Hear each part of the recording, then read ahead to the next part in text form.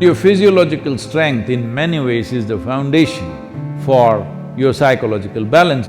I think food and toilet both must be far away.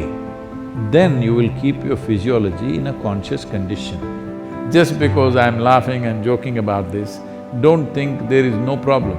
There is substantial problem. Why are you in this condition that you cannot do anything physically anymore? All you can go to office and come back. Those things are also necessary in today's world, but is it not important that you're in some way physically competent? Physical competence is a reflection of your physiological strength. And your physiological strength in many ways is the foundation for your psychological balance. It is no more in question. Your physiological strength is the foundation for your psychological balance in many ways. We've always been saying this, the yogic sciences, but people have been laughing at it. A very stable and effervescent physiological condition is very important to have a certain level of psychological freedom. Otherwise, every little thing you do, you have to think. Once you think, inevitably you're confused about every damn thing that you do. Now, you're talking about because of virus you ate too much. This is not because of virus you're eating too much. This is a kind of a compensatory activity that, you will see this in the cinema theaters and everything. If you have nothing to do, never before in the history of humanity was food simply available like this all the time. It's a wrong thing that everywhere you walk there is food. It should not be. I see some of the corporations in America are organizing like this. Food and toilet should always be within whatever 50 feet or 100 feet, something they've fixed, 50 feet I think.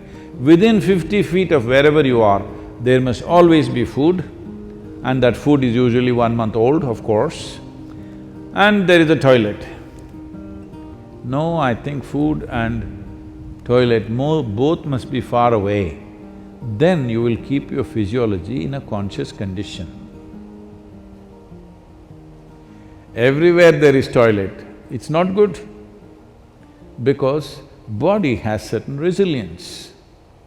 You wanting to run to the toilet is not just physiological, sometimes it may be when the body, at some time it is disturbed, at that time it may be. Otherwise, in normal conditions, it is more a psychological condition than a physiological condition.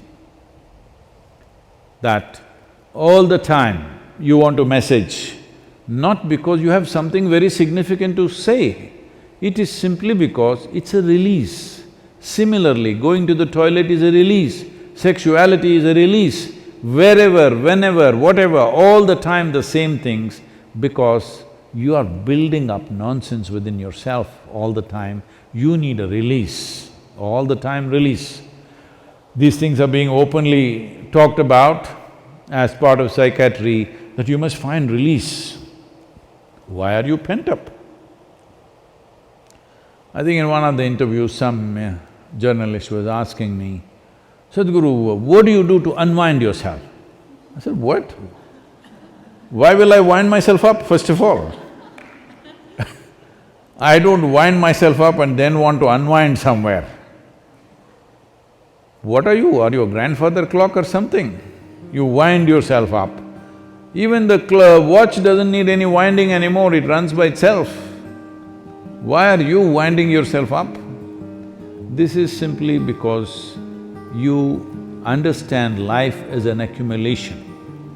Yes, body is an accumulation, mind is an accumulation, but life is not an accumulation, it's a phenomena that's happening. If you have not tasted that phenomena, you know only accumulations, you always think the safety is in accumulation, whether it's wealth, money, this, that, and body. But at least your money you can keep it in the bank, though it may be heavy in your mind. But if you accumulate too much body, you have to carry it around every moment of your life. And in the world today, 30% of the population is malnourished. And around the same percentage of people are obese, overweight. So you can fix it. The world's problems of malnourishment, you can fix it. So, this practice is there in the Isha Yoga Center. Whenever cause comes up, when Isha Vidya, educating rural children, raising funds for it became a problem, then many people in the yoga center took this up. On Wednesday evenings, I won't have dinner and let that money go to the children. I think you must find 7 causes like this. I can give you 7. Monday for Rally for Rivers, Tuesday for Kaveri Calling, Wednesday for Isha Vidya, Thursday is called Guruvar, this is for your Sadguru. Friday for Devi, because that's her day. Saturday, you have your dinner, I'm reducing 1 day. Sunday, for Janalinga. Like this, you find 7 or at least 6 causes where 6 dinners you give away. Morning you eat, all right? 10 o'clock in the morning you eat well, and again eat 10 o'clock tomorrow morning.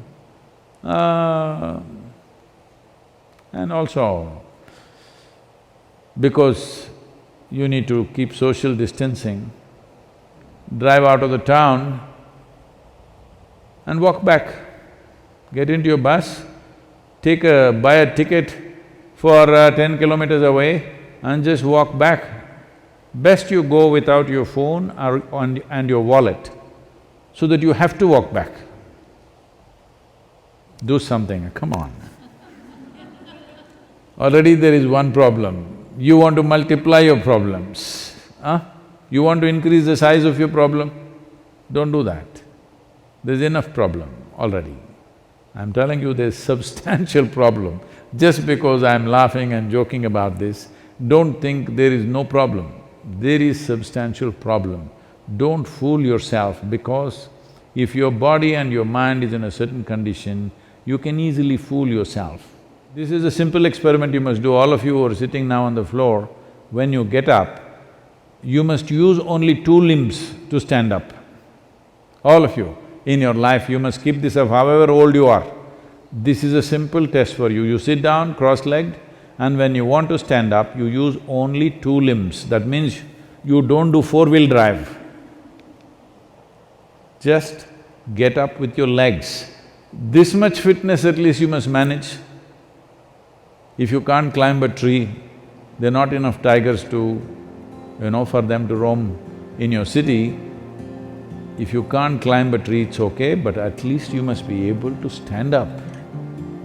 This much fitness you must maintain. Please do that for yourself.